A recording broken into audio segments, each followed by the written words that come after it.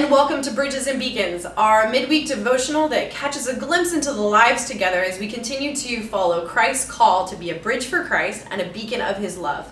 Today, I'm sitting outside DPC's sacred grounds with Tanner and Andy Benson, who have chosen DPC as their home in the past couple of years. So grab a cup of coffee or your favorite beverage and join in this conversation. So glad that you all could join us. Thanks for having us. Thanks for having us.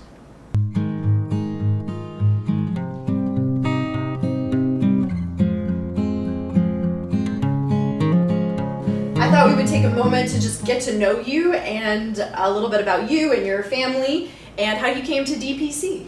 Great, yeah. So we were moving in from Philly in 2015, and we were looking for a new church home, and had tried out the Methodist church and thought it was okay, and then wanted to try something a little different. And I have to say the beauty of the graveyard and the red door kind of pulled me in on a Sunday, and it happened to be the Sunday that the orchestra was playing, and that was it for me.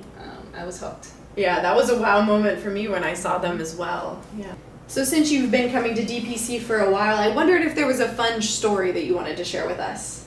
Sure, yeah. We've been coming here for about 6 years, and it took a little while for our kids to embrace coming to church. I was kind of like that when I was younger. But the welcoming nature of everybody and coffee hour kind of activated them a little bit, if you will. And so it was funny the day when, especially Chatham, a lot of people probably know he's a character, but when Sumner and Chatham rushed in ahead of us, Chatham aiming straight for the lemonade and the cookies, and kind of pulled us into the coffee hour and talking with people, and they're a good sort of bridge, to open up conversation between people. So yeah, absolutely.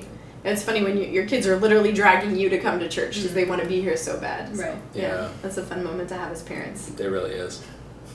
So in this season of Bridges and Beacons, we've been thinking about how the example of Jesus in the scriptures is so compassionate. And that's literally being a bridge for Christ and a beacon of his love. And so that compassion showed in the scriptures is also something that we want to exude here in this world that we live in today.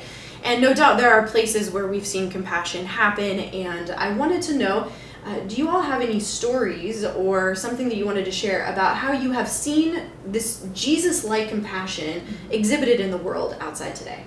Well, so I think for us, one of the things that was also a big draw to come to DPC is just how engaged this community is, taking care of itself, but also taking care of the larger community. And we've seen that from just the mission work and Matthew 25 and other committees, and just it's very obvious that it's an action-driven community. It's not just a passive church. And so coming in, you could see very clearly how much this community cares about each other, but also how much the community cares about the world around them.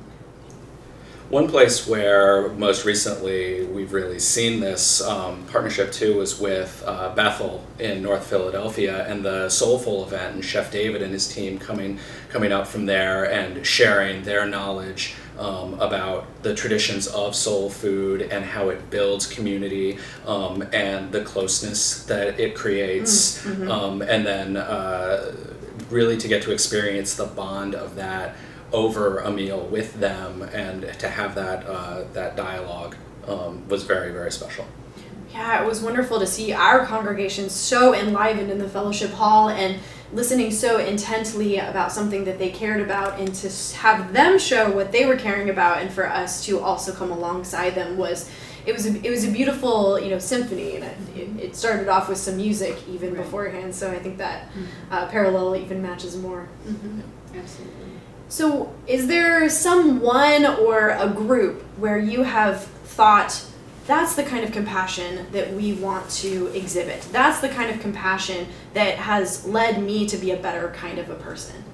Absolutely. So for me, I think it's been the leadership in mission and in Matthew 25, with Bev and Mary Lee, who are two of kind of my compassion icons, so to speak, and just seeing the love and the energy that they put into both of these committees, really, just showing the love, but in their actions. These are people who just don't stop, and they lead a team who are equally compassionate and energetic.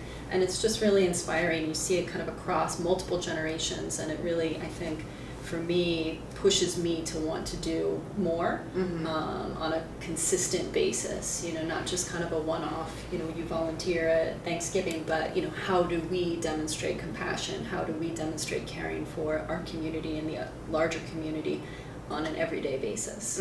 Yeah, and they make it so accessible. You were mentioning just before we started this conversation how if you don't get on the Sign Up Genius that is sent out about a very tangible way to care, within an hour, right? Yes. All the spots are filled. It's gone. Yeah. It's gone. Exactly. So, and there will be more opportunities and to continue with that. Absolutely. Well, thank you both for sharing. We do have a lot of work to do, and we are inspired by a lot of different ways. And I know that here at DPC, we just push outside the bounds of what we have so that we can be a better bridge for Christ and a beacon of His love. And I ask you, in what ways are you led to be more compassionate this week?